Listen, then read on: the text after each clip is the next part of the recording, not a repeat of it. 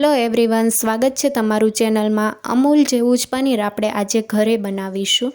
તો પનીર બનાવવા માટે 1 લીટર દૂધ લીધું છે। મેં ડેરીનું લીધું છે, તમે પેકેટનું પણ લઈ શકો છો। સાથે આપણે 1 કપ ખાટું દહીં લીધું છે। મેં દહીંની જગ્યાએ લીંબુ અથવા વિનેગર પણ લઈ શકો છો। જો દહીં અથવા વિનેગર લ્યો તો તમારે 1.5 ચમચી જેટલું લેવાનું છે। અને હવે આપણે તપેલાને ગેસ ઉપર મૂકી દઈશું અને એક ઉકાળો આવે ત્યાં સુધી આપણે કૂક કરી લઈશું। દૂધમાંથી મલાઈનો ભાગ અલગ નથી કર્યો એટલે આપણે પનીર મલાઈવાળું બનશે। અને તમે જોઈ શકો છો કે આ રીતે એક ઉકાળો આવી ગયો છે। હવે આપણે ગેસની ફ્લેમ મીડિયમ કરી દઈશું અને આ રીતે ચલાવતા રહેવાનું છે।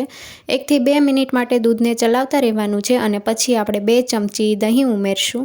દહીં આપણે એકસાથે નથી ઉમેરવાનું, 2 ચમચી ઉમેરીને આ રીતે મિક્સ કરી લઈશું અને ફરી પાછું આપણે થોડું દહીં ઉમેરશું। દૂધમાં આપણે દહીં મિક્સ કરી લીધું છે અને ફરી પાછું આપણે 2 ચમચી દહીં ઉમેરશું અને મિક્સ કરી લઈશું। તો છેલ્લે હું તમને કહીશ કે મારે કેટલા દહીંની જરૂર પડી છે।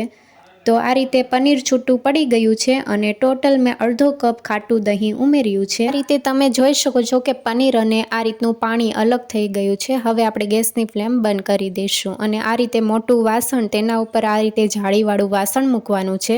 જાળીવાળા વાસણ ઉપર આ રીતે આપણે કોટનનું કપડું મૂકશું અને હવે આપણે જે પનીર છૂટું પાડ્યું છે તે આ રીતે આપણે કોટનના કપડા ઉપર ઉમેરવાનું છે અને આ રીતે પાણી અને પનીર અલગ કરી લઈશું। હવે પનીર ઉપર આપણે પાણી ઉમેરવાનું છે। પાણી ઠંડુ લેવાનું છે આ રીતે અને પનીરને આ રીતે વોશ કરી લઈશું જેથી પનીરમાં રહેલો ખટાશનો ભાગ દૂર થશે। અને હવે કાપડને આપણે આ રીતે પોટલી વાળી લઈશું અને થોડું પાણી આપણે કાઢી લેવાનું છે।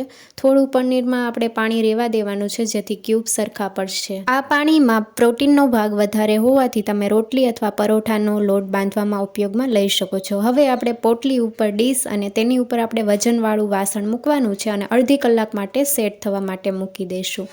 અડધી કલાક થઈ ગઈ છે અને હવે આપણે પોટલી ખોલીને જોઈએ તો પનીર સેટ થઈ ગયું છે। તમને નજીકથી બતાવું તો આ રીતનું સેટ થઈ ગયું છે પનીર અને સરસ એવું સોફ્ટ બન્યું છે। પનીરને કટિંગ કરીને બતાવું તો આ રીતનું નજીકથી બતાવું છું, એકદમ સોફ્ટ એવું પનીર તૈયાર થયું છે અને હવે આપણે પનીરના આ રીતે પીસ કરી લઈશું। તો એકદમ સોફ્ટ એવું પનીર તૈયાર થયું છે। પનીરની રેસીપી કેવી લાગી કમેન્ટમાં જરૂરથી જણાવજો અને નવી રેસીપી જોવા માટે ચેનલને લાઇક, શેર અને સબસ્ક્રાઈબ કરો। Thank you for watching.